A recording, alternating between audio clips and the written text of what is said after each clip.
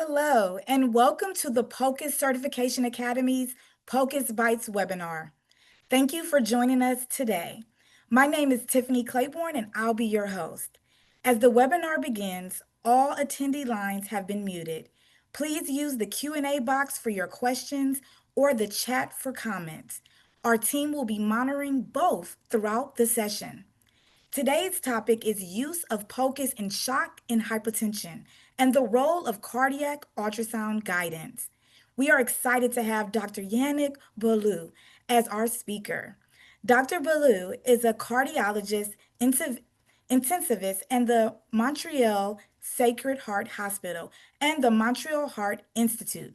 He is recognized internationally as a pioneer in POCUS ultrasound education and has trained thousands of healthcare professionals. Among his innovations, Dr. Boulou created the ICCU POCUS curriculum and the ViMedix ultrasound simulator, both acquired by CAE Healthcare in 2010. He later developed REACTS, an interactive teleultrasound platform sold to Philips in 2020, where he served as medical officer until 2024.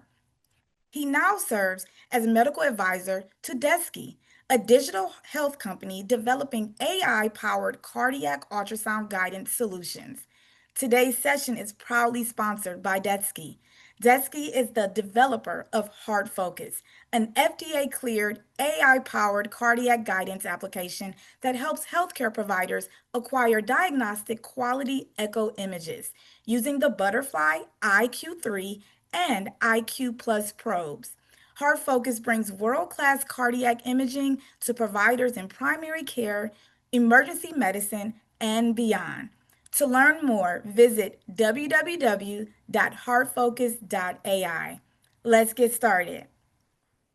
Hi, everyone. Thank you, Tiffany, for the intro. I'm just going to start the sharing on my end. Okay, so you should be seeing my screen, and hopefully you hear me fine. So hi, everyone. I think we have people from different places in the world, so it's really great to be here today. As Tiffany talked about in the intro, we will be talking about the use of POCUS in shock and hypotension and the role of cardiac ultrasound guidance, which is a role that can be key in becoming competent to be able to use POCUS efficiently when we have patients in shock with significant hypotension. So I'm talking to you today directly from the Montreal Sacré-Cœur Hospital. I'm covering the neurosurgical ICU this week. And I also cover with my colleagues the Montreal Heart Institute. So as you can imagine, we have a lot of patients on whom POCUS is performed daily.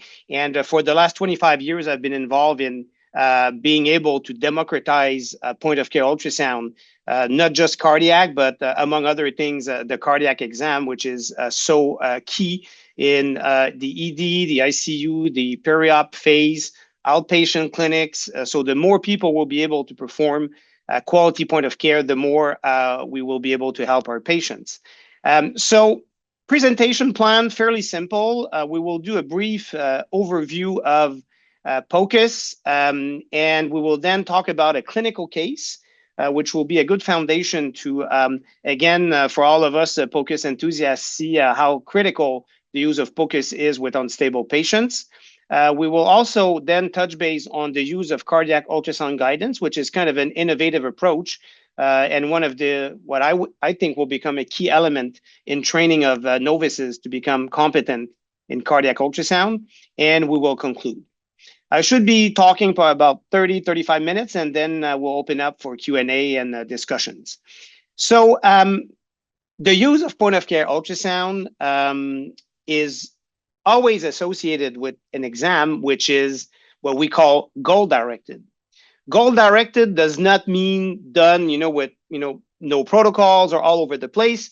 On the opposite, as you probably all know, there are a multitude of protocols that have been created depending on the clinical cases or the type of population.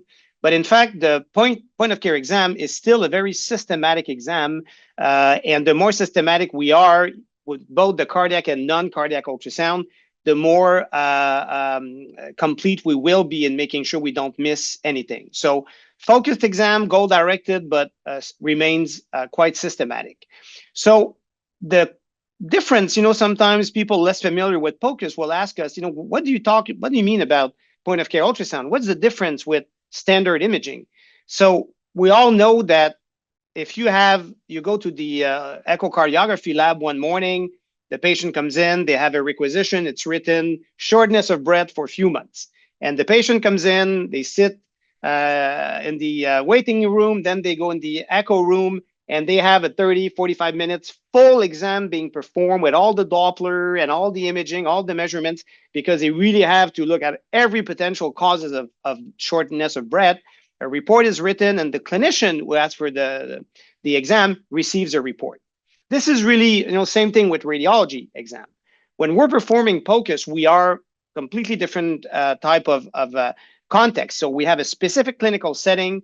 We have usually a patient coming in, shortness of breath, chest pain, hypotension, abdominal pain. So we already have a clinical diagnosis because we examine the patient, we look at lab tests, and point of care ultrasound is one of the complementary, quite important exam that's done. But we are in a very specific clinical context. We kind of have a pre-test probability, meaning that, for example, shortness of breath after the patient had a central line put in.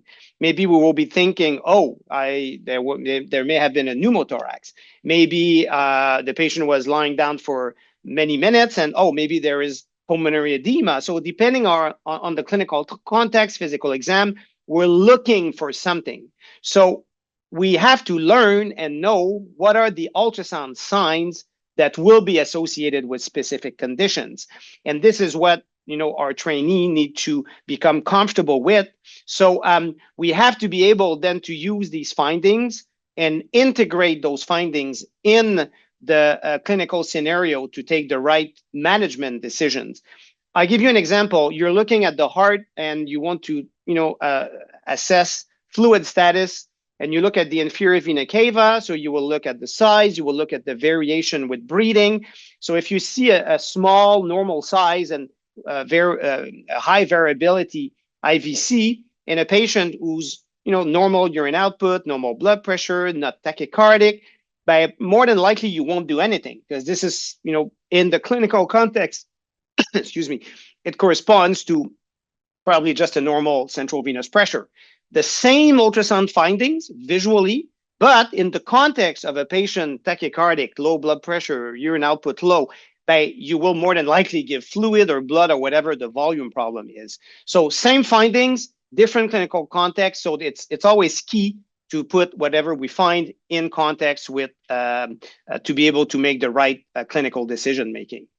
So when we talk about POCUS, there's a few categories, but a big one is the focus cardiac exam. And when we're looking at the heart in a goal-directed way, we really want to know about 3 or 4 main important things, especially in a patient in shock or hypotension. So what's the left ventricular size and function? What do they look like qualitatively? What does the RV size and function look like? What is the pericardial space like? And what we're looking for is the presence of fluid. And if fluid is present, does that fluid has an effect compressing the ventricular cavities and with a tamponade physiology? And finally, even though it's not a panacea, looking at the inferior vena cava could help us, especially at the extreme when it's very small or very big, to give us some information about right-sided pressure, central venous pressure. So again, here we're not talking about ascending aorta, valves. It's not that they're not important, but the POCUS performance by a bedside clinician is often geared toward answering and providing information for the top main diagnosis that could cause significant instability at the bedside. Then we have the non-cardiac part, so what we would call the goal-directed general ultrasound performance. So we want to be comfortable looking at peripheral and central vessels, both for catheterization and also for ruling in or ruling out DVT, especially in the central vessels. Looking at the pleural space and lung, pneumothorax, pleural effusion, consolidation. Then looking at the abdominal space, for sure, there's the FAST exam in the context of trauma, but outside the context of trauma, we want to look at not only free fluid, it may be just ascites that we want to do a diagnostic tap. It may be looking at the abdominal aorta, looking at the urinary bladder. We could add looking at the kidney. People with a bit more specialized ultrasound experience may look at the pancreas, may look at the gallbladder, but in general, especially in the ICU or primary care, we often look at just kind of a few general indications. So POCUS can be quite important, and here let's jump into our clinical case and see how in our day-to-day performance of POCUS, how important it is for clinical assessment. So we're going to be talking about the case of Mr. P. Mr. P is a 42-year-old healthy male with no significant past medical history. He has a very unfortunate event and an accidental injury where a sharp object creates a deep cut in his right lower neck area with a subsequent pretty massive bleed. And within minutes, the patient from severe blood loss goes into cardiac arrest. Some family members are there. 911 is called. Resuscitation is started. Local neck compression is performed as well as CPR, and the patient is urgently transported to our emergency room. When the patient gets in the emergency room, right away, the massive transfusion protocol is started. And after about 45 minutes of total resuscitation, there is spontaneous circulation coming back. With the local compression, the cervical bleeding stopped. The patient goes for an angio-CT of the neck, also of the chest, and there's no signs of active bleeding. So the patient is transferred to the ICU, and at that time, the patient, so this is like lunchtime, around 11, 12 o'clock, late morning. The patient has a blood pressure which is pretty normal with a very low dose vasopressor, 110/80. Normal sinus rhythm, 90 beats per minute. The oxygen saturation is 100% on pretty low FiO2 setting of 40%, and doesn't require significant ventilatory support at that time. So the neurological exam, as you can imagine, after such a prolonged resuscitation and shock, is kind of worrisome. He has minimal responsiveness, and a couple of the cranial nerve that are the exam is kind of negative with no with signs of severe brainstem ischemia, and the head CT that I'll show you in a minute shows cerebral edema. The next CT, as I talked about, did not show active bleeding and showed a thrombosed right carotid artery from the trauma and the compression. The chest CT, so a scan of the chest, shows mild aspiration pneumonia, a couple of broken ribs, not surprising after 45 minutes of CPR, normal heart size, and the pericardium is fine with no effusion shown or seen at that time. The patient had an initial focused cardiac exam, which was kind of described as nothing specific seen. So LV and RV appeared okay with no pericardial effusion. So the chest X-ray that I'm showing you here, maybe the penetration of the X-ray was a bit suboptimal. The inspiration was maybe not completely optimal. So we may wonder, is there a little bit of interstitial edema? But at a high level, we don't see pneumothorax. We see the endotracheal tube, which is correctly positioned. The heart shadow seems okay. The two diaphragms are seen well. So no major signs of major chest pathology on this chest X-ray. Here I'm showing you the head CT. And as you can see, We can see signs of significant cerebral edema. Also, the ventricles on both sides are kind of collapsed. So this kind of all goes together and doesn't head quite well in terms of the neuro exam. So the patient is supported, the family is around, and we're kind of in the process of getting the discussions for potential organ donation. So things are quite stable until around 7 p.m. The patient has a sudden and severe drop in blood pressure at about 50/30, with a significant increase in the heart rate from like 90 or 100 to 160. Small, the QRS is not large, and it's a regular rhythm. So at the same time, there is some desaturation and difficulty of ventilation. So you're on call. This could happen the patient could have been still in the ED, now is in the ICU, but a similar kind of instability could also happen on any wards. So you're called at the bedside, and then you kind of rapidly have to think about what would be the potential cause of this severe hypotension and increase in heart rate.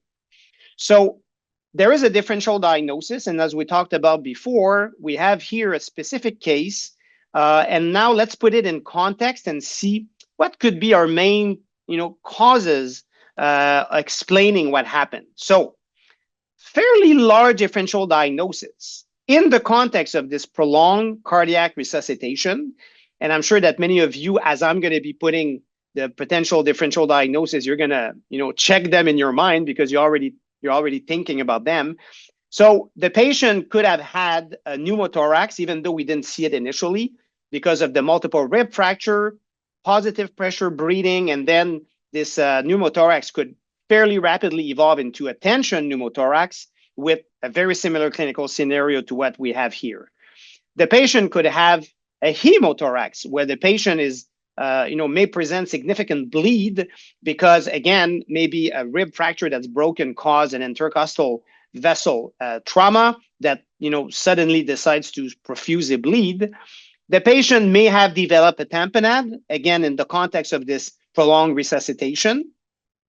The patient, even though initially the LV and RV function was deemed normal, he could develop LV-RV dysfunction, especially in the context of the severe neurological insult, where he could develop a neurocardiac axis, and especially if he's in the process of intracranial hypertension.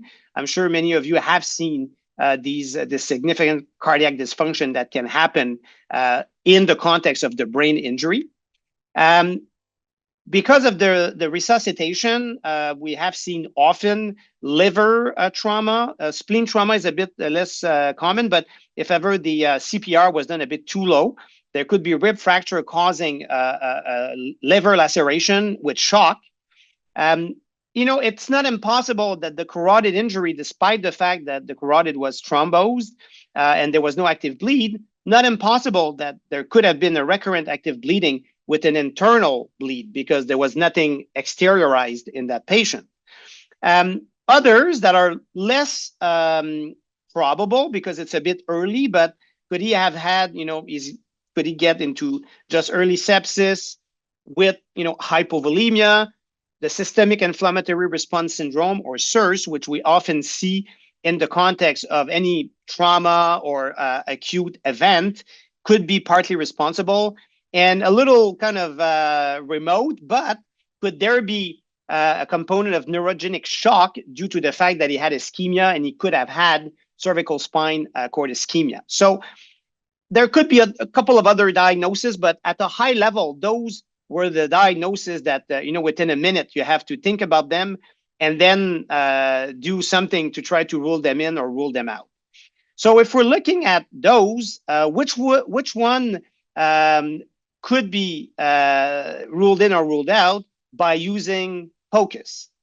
So if we go through the list, tension pneumo, absolutely. We could fairly rapidly look at lung sliding on both sides, and especially if we can see that the lung sliding is present in most areas on both sides, it's probably not a tension pneumo. And if there is one big area where there's no sliding with no breath sounds, it really may point toward that diagnosis. And we're going to look at examples in a minute. Hemothorax, yes, we could see very rapidly with ultrasound if there's a significant effusion, which would correspond more than likely to blood. Tamponade, as well as LV-RV dysfunction, by doing a quick look, we would rapidly be able to look at cardiac function and pericardial. If we're suspecting if the heart and chest are normal, and then we bring the probe to the abdomen and we see a large amount of free fluid with usually clots, and we can fairly rapidly see when it corresponds to blood, it would be seen quite quickly, a bit like a fast that is being like a positive fast in the ED. In the context of hypovolemic shock, we would not necessarily see the site of the bleed if ever it goes in the neck and in the chest, but we would be seeing a hyperdynamic heart, small IVC, normal lung sliding. So indirectly, same thing for the sepsis, hypovolemia, and SIRS, we would see indirect signs ruling out the other diagnosis and making us think that it could be a volume or a blood issue. And so you see, for all of those, ultrasound will be very useful. For the neurogenic shock, there's no direct signs that we could see, but we could see, again, absence of other pathologies, and it could be kind of low on the list. But we can see here with all those check marks that the performance of POCUS in just a few minutes is critical in the patients like this, because even though you ask for an X-ray, you ask maybe for a few blood tests, you ask for an EKG, the point-of-care ultrasound enables you to have answers right away. So here, the images I'm going to show you in clips are not the ones from the patient. It's just to illustrate some of those pathologies we talked about. So as you can see here on the right, this is a fairly normal chest X-ray. And we can see here in this clip the bright pleural line right here. And you can see fairly well that horizontal sliding of the visceral and parietal pleura. And along with inflation and deflation, the two pleura slide on top of each other. So it's fairly easy to see once you know what you're looking for. And when you're looking at both quadrants in a couple of areas of both lungs, if you see this everywhere, more than likely you don't have a big pneumothorax. On the other hand, as shown here, this patient here, we can see the large pneumothorax on the right. When looking at the lung sliding, we can visualize the high density pleural line. We see the two ribbed artifact on both sides. And here the patient is breathing, so there's some movement of the chest.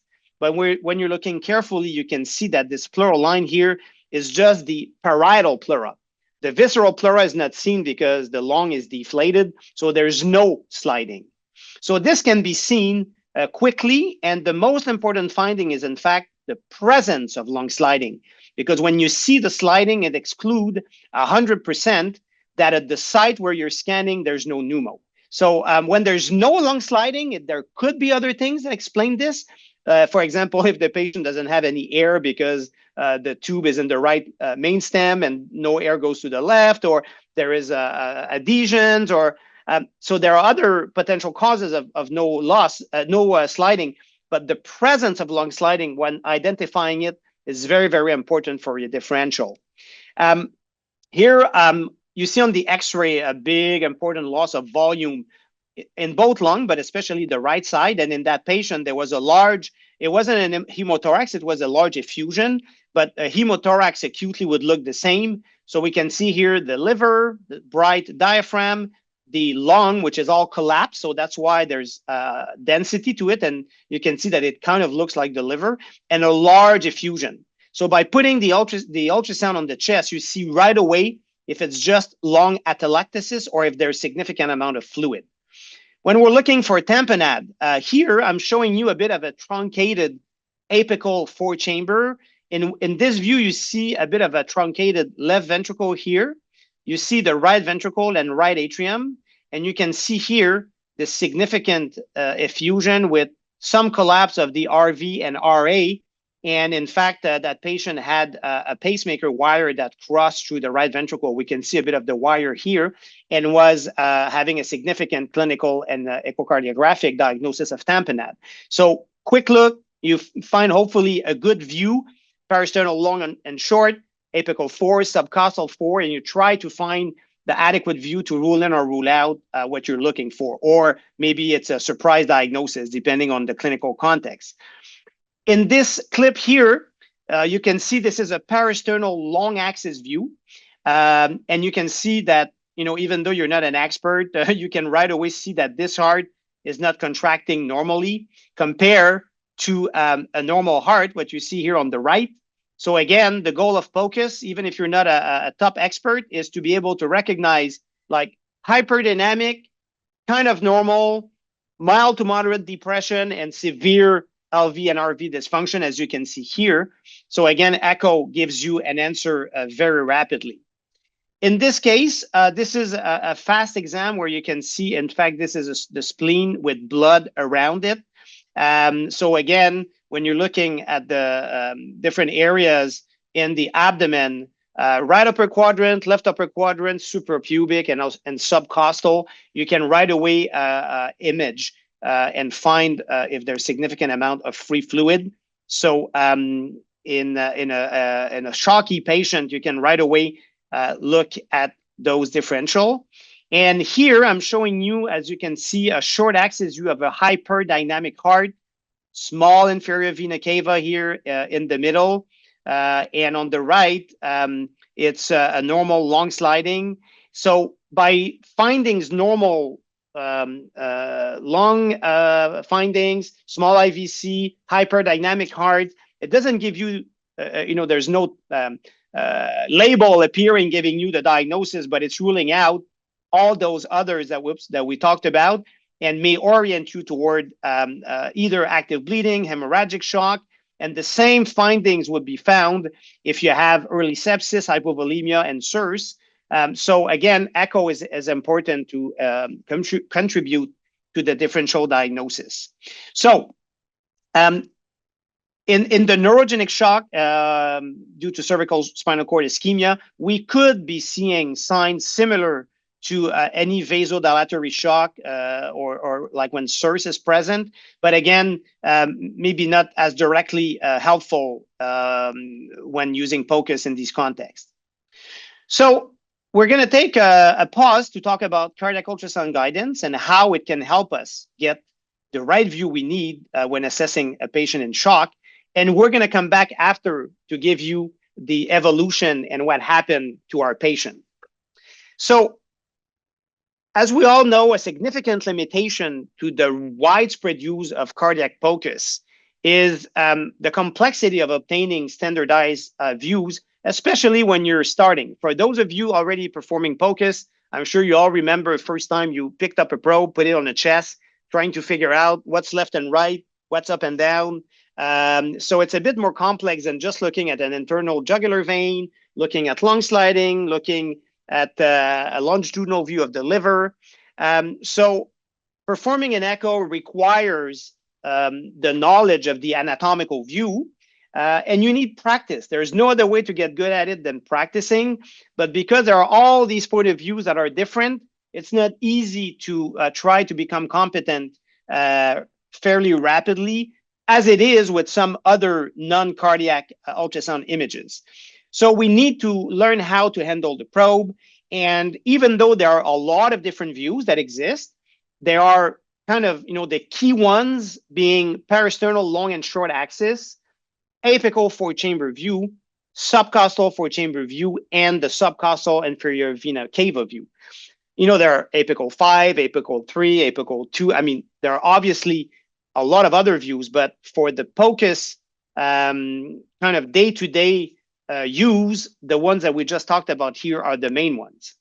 So for the last few years, companies that have been specializing in deep learning and medical imaging have been developing these AI-based software aimed at trying to kind of verticalize the learning curve of novices to help them in their skill acquisition to acquire the cardiac ultrasound exams. So the idea here is how can these type of software help in providing real-time feedback to the operator to indicate how to move the probe to obtain the desired cardiac view. So here I'd like to present you a study that was published last June in the Journal of American Cardiology. Um, and this is a study that was done by using the software HeartFocus by Desky. And it kind of demonstrated pretty neatly how this AI-based tool can help novices acquire diagnostic quality echo. Diagnostic quality in the sense of being able to look at LV, RV, pericardium, IVC, and be able to make a clinical judgment about what we do with the images and with the patient.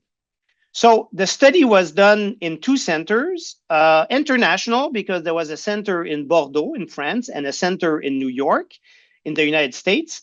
240 patients, 8 nurses. The nurses were the novices, and they each performed 30 exams, which leads to the 240 patients that were looked at.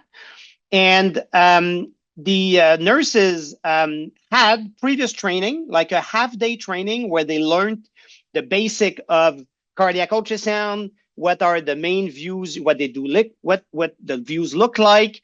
They scanned 9 to 10 patients each in their half-day training so that they were familiar a bit with ultrasound, where you fit the marker, how the anatomy works.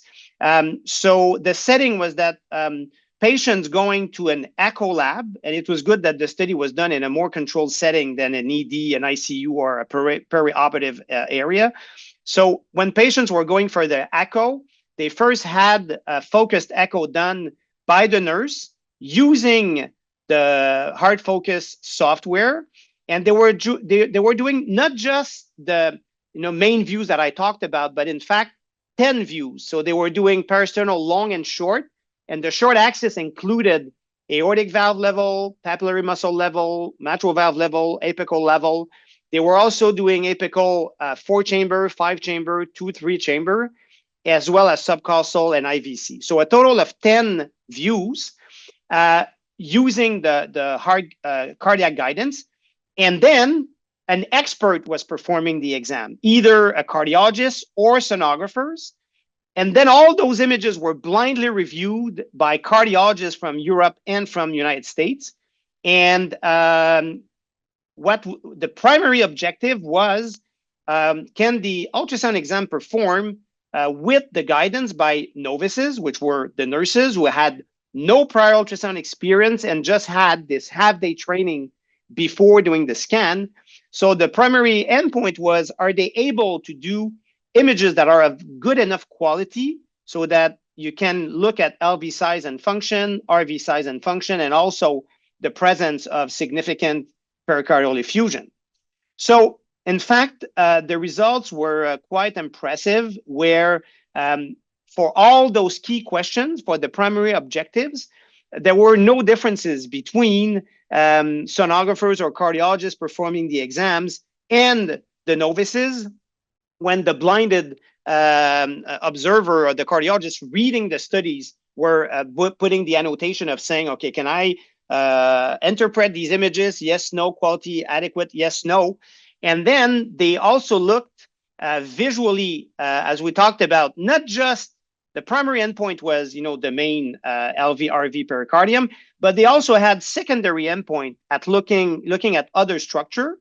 And the correlation, as you can see here on the right column, was still pretty good, lower for the inferior vena cava. And in fact, it's interesting because the AI, in order to work and guide the user, the AI needs to have hooks. It needs to see structures to be able to tell you how to position the probe. And when you think about it, when doing the inferior vena cava, there's so many structures around. So you have, air in the bowel, the stomach, the liver, sometimes part of the lung. So it's not surprising that it was a little less reliable for the IVC, but for all the others, the correlation was quite good, even for those secondary endpoints. So let me just give you here at a high level. So, you may be wondering, how does that work? How, as a user, can I use guidance to be able to help me, getting more competent? So here, this is an example of the user interface of the Desky app. So on the left, you have the 10 views. So you need to select which one you're doing. So you're telling the AI, like in this case, you click apical 4. So the AI will show you a clip here. It's a dynamic clip. It doesn't play here, but in the app it plays, showing you kind of a model apical 4 chamber. Then it shows you a schematic view of the chest of where the probe should be put. And I don't know if here it comes out okay, but there is an arrow, and the tip of the arrow points where you need to point the index mark on the probe. And you also have a cross. And then you can see, so here we talked about the echo view, the schematic view, and in the middle of the screen, you have, I'll show you a clip in a minute, but you have a fixed arrow and cross, and then you have a dynamic colored superimposed structure that represents the probe position. And as I'll show you in a minute, this will be moving live in real time with you moving the probe. And it's like a video game. You just need to superimpose the dynamic probe guidance with the fixed guidance. And when the AI sees an image, either good quality or lower quality, it will tell you how good it is and will start an auto recording. So you don't even have to touch anything and your images are acquired. And what's really amazing is sometimes the students are scanning and they don't even realize that for 2 seconds they went through quite a good image, but the AI captured it. So it will provide you with a very high quality clip, even if you didn't even perceive that you were able to be as good as as you are. But by scanning quickly, sometimes you don't see it, but the AI will pick it up and provide a very good quality image. So the way the guidance work is quite intuitive. So on the screen, you have, as you see here, there's a white structure. There's a cross and an arrow. They're all kind of together. And as you're moving the probe, the different movement that you're doing will be picked up. So as you're moving the probe, it could be up and down, sideways. The colored guidance will move around, and whatever you're doing, so tilting or the rocking, everything is represented by these schematics that you simply need to follow. It takes, a couple of minutes to just get familiar with the movement, and it becomes very, very intuitive. So I'll show you here a 1-minute clip with sound. I think I selected sound when I started the presentation, hopefully. And it just shows you how it works when you're at the bedside. Here you see the butterfly probe and how the guidance guides you. So I'm just going to start the clip. If ever, Tiffany, you don't hear the sound, let me know and I'll do the narration. To get you all set to capture the first view, the parasternal long axis view, you need to position the probe between the sternum and the lower left pectoral region, with the probe marker pointing towards the patient's right shoulder. Once you have placed the probe on the patient's chest in the start position, the live guidance appears on the screen. Here the probe is misplaced and pointing towards the patient's head. You now have hints on how to move the probe appropriately to reach the probe's target position. It's just like a video game. The white arrow and cross represent your target. The blue arrow and cross represent the probe. Your goal is to superimpose the blue arrow on the white arrow and blue cross on the white cross. In this example, you must turn the probe counterclockwise to reach the target position. Once you obtain a diagnostic quality view, the ultrasound image is highlighted in green, instructing you to hold your position.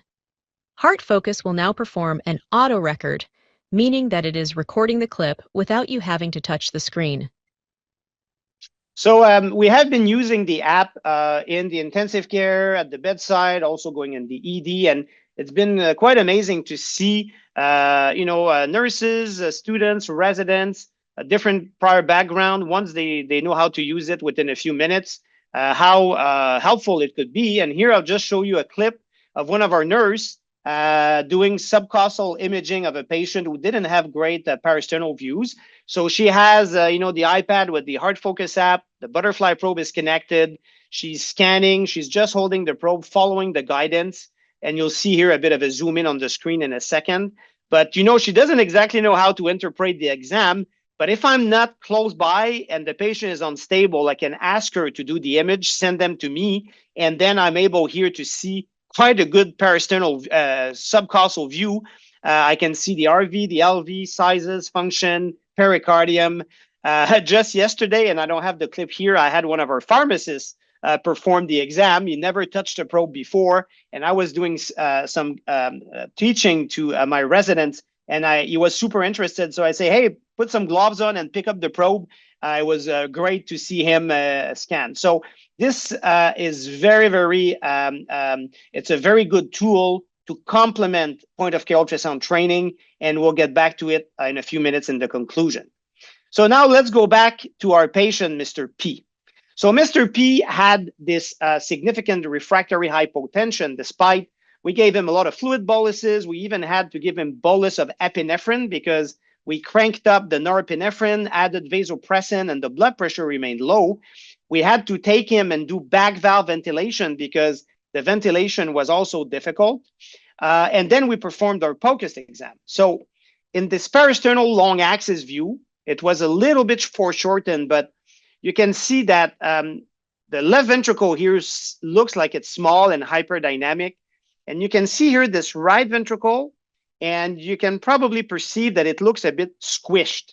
And in fact, when you're looking at the pericardial space above the right ventricle, there seems to be some a space here occupied by fluid and maybe some hyperdense material. So on the short axis, well, you can see again a small ventricle, a right ventricle that looks small. The left ventricle, I tell you by the minute, his LV function was kind of sinking down, even though it looked hyperdynamic. The more time passed and the more the function degraded. We then did the next view. So the apical view was tough. So what you see here is kind of a modified apical four-chamber. And you can see the left ventricle, the right ventricle, and look here, the pericardial space seems occupied by what looks like clots.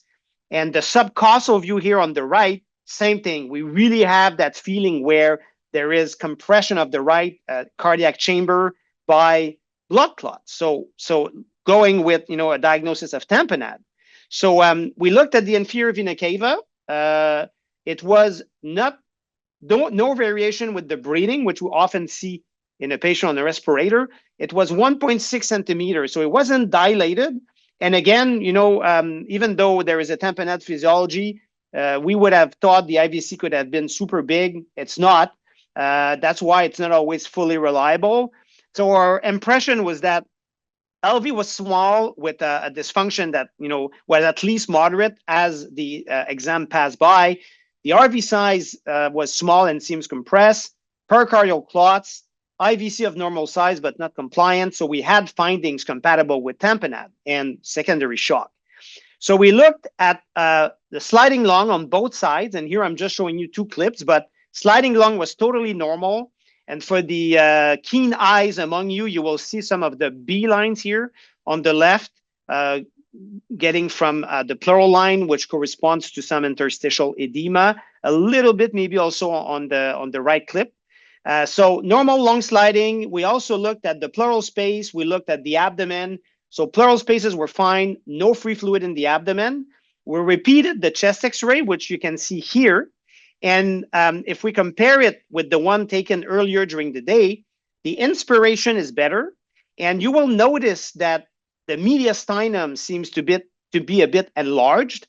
The cardiac silhouette is pretty much normal. It even kind of looked bigger in the morning, probably because the patient didn't inspire as well on that x-ray. And you can see no pneumothorax. The parenchyma looks pretty good, no big pleural effusion. So the x-ray is not super helpful, as you can see. So this is here the result of the x-ray that we just talked about. And we ended up just, sliding a transesophageal probe to confirm our findings.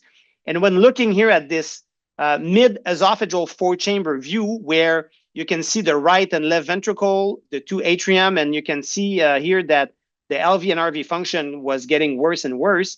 And you can already see here around the right ventricle that there's a significant blood clot, much better seen here. So look at that, all that clot here compressing the right atrium, compressing the right ventricle, which we can measure here at 3.3 centimeter, which is quite significant. And here, if I'm showing you, this is the chest CT that he had earlier in the morning. So you can see quite well the right-sided cavities. And look here, you can see the right ventricular wall and right atrium, and there was really no big fat pad or effusion. So if I superimpose the clip that I took, you can see here now this big, clot and effusion that's compressing the RA and RV. So the echo findings were compatible with severe tamponade. The likely etiology, probably some pericardial bleed secondary to a trauma due to the prolonged CPR. We thought because of the enlarged mediastinum that it wasn't impossible that there could have been blood coming from the lower neck, extending in the mediastinum and making its way to the heart, causing the tamponade. So it was impossible, as you can imagine, to do a pericardiocentesis because it was all blood clot, like a big placenta. And because of that, because of the extreme instability, patient was, with a very bad neuroprognosis. No cardiac surgeon would ever take that patient to try to remove the clots. So unfortunately, we gathered the family, and within a few minutes of stopping the resus effort, the patient expired. But as you can see, the rapid performance of the POCUS exam really was helpful in ruling out different diagnosis in this extremely unstable patient, and contextualizing what we found with the differential diagnosis of that patient enabled us to, in this case, unfortunately, stop maneuvers. But in another context, we would have gone probably to the OR. So again, very, very critical to perform and use POCUS in these contexts. And, the addition to POCUS ultrasound programs of AI-driven solutions like the one I presented from Desky, aimed at guiding novices to help their skills in acquiring cardiac views, can be a tremendous additional tool to training to have an impact on the speed and efficiency of skills acquisition, a more accurate scan, and ultimately, make faster diagnosis and recognition of shock states. So again, it's not a magical tool. You always need to combine this with training, but it's really impressive how, especially I'm not considering myself that old, but younger generations, by gamifying their approach to cardiac ultrasound, you can really help them very rapidly get more comfortable than they would with standard practices. So on that, I will stop my sharing. And Tiffany, I'll go back to you for any questions and comments. Thank you so much, Dr. Boog, for a great presentation. We did have some questions that came in through the Q&A box, so I'm really looking forward to our Q&A portion of the session. Right before we get into Q&A, Dr. Bulu has prepared some quiz questions for you. I'm going to launch those shortly, and please answer them. Thank you. While we're waiting for the audience to answer those questions, Dr. Bulu, I will go into a few questions that came in while you were presenting. One of the questions were, wouldn't the AI guided process for identifying the optimal imaging window be time consuming and conflict with the speed required to perform a POCUS exam in an emergency setting? Absolutely. And in fact, the idea is really not to use this in the emergency setting. It's to use it when you're training so that when there is an emergency setting, you have done as many exams as possible to be comfortable. But this is not a tool to be used emergently unless it's not like super emergent, but you have time to acquire your full exam. So that's a great question and an important point. All those AI tools that can help label organs or things like this are great, I think, for the training part, but shouldn't be used acutely because otherwise you're going to be more losing time than gaining time. So this is more in the training phase. And what we observe, there's a button where you can have show guidance and remove guidance. So what I'm telling the user is always do the exam without the guidance. I'm not talking in an emergency, but when training. And then if ever they're struggling, I'm like, okay, now turn the guidance on. And then that by using the guidance, their brain, even if they don't even realize it, the hand-eye coordination will be like, oh, I was too high, I had to tilt more. And so by doing this exercise many times, eventually they're going to turn the guidance less and less. But what is as important, even though if you have experience, you know, a lot of ultrasound machines now have these AI packages calculating auto EF, auto VTI, and all of that. So you have to have a quality image to be able to have accurate AI readings for those calculations. So a tool like the hard focus guidance enables you, when you get to the image, not only to have the right plane, but to have the quality of the image and the accuracy, so that if ever you're running an AI package, you know that good data in will be good data out. So a very good question. Yeah. Thank you. And we looks like we do have 50% participation for the quiz. So I am going to go ahead and end the poll there and share the answers. And so give me a second to do that so you can view the results. All right, and you all should see the correct answers on your screen. Thank you for all that participated. And following the quiz questions, there's going to be a learning score question that I'm going to launch shortly. When this launches, it will stay up for the duration of the webinar, so take your time answering these questions. And now we will begin the Q&A portion of the webinar. We have a couple more questions, Dr. Ballou, so I'm gonna get started answering the next one. Patient position, it is important, especially in difficult window as in ICU or the OR. Usually supine position, any tips or tricks for that? Yeah, that's a good point, and it's a limitation of, you know, scanning the patients in those environments.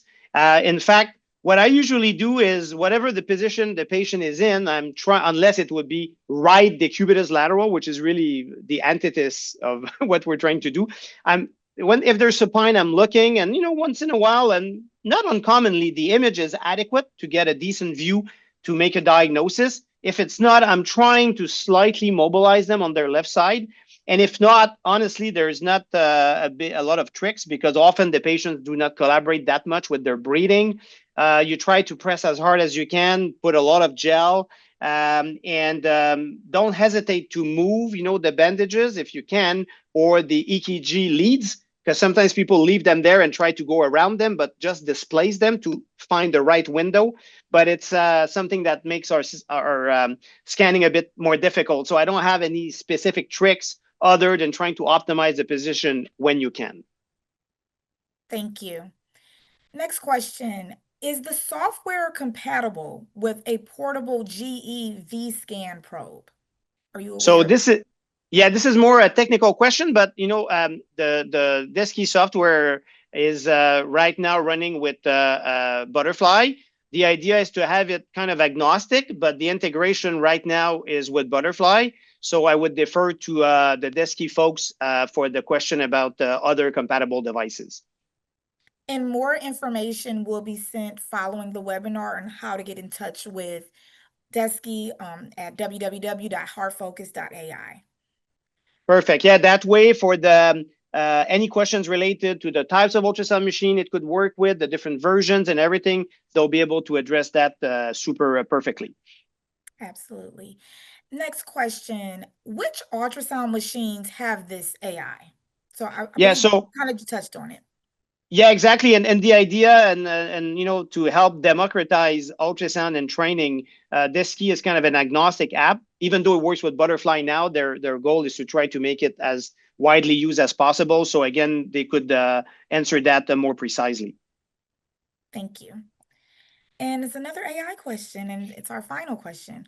Are there AI guided procedures for abdominal POCUS? Excuse me.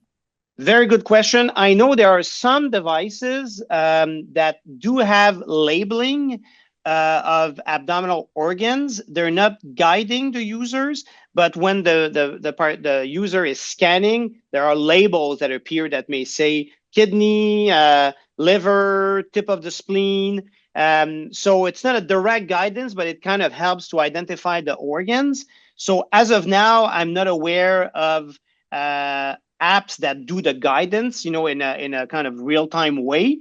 And stay tuned. The DESCI folks are resourceful. Maybe in the future, it will be something that will be tapped and tackled. But for now, I'm not aware of any other app with other companies or ultrasound machines that do the guidance for abdominal, although some companies have labels to help out with identifying organs. Thank you so much, Doctor.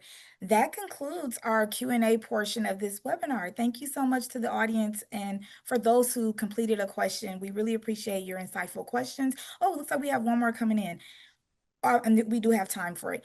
Are we headed towards the AI supervised ICUs in the future? What are your thoughts Oh, on that? that's a good question. I really like that.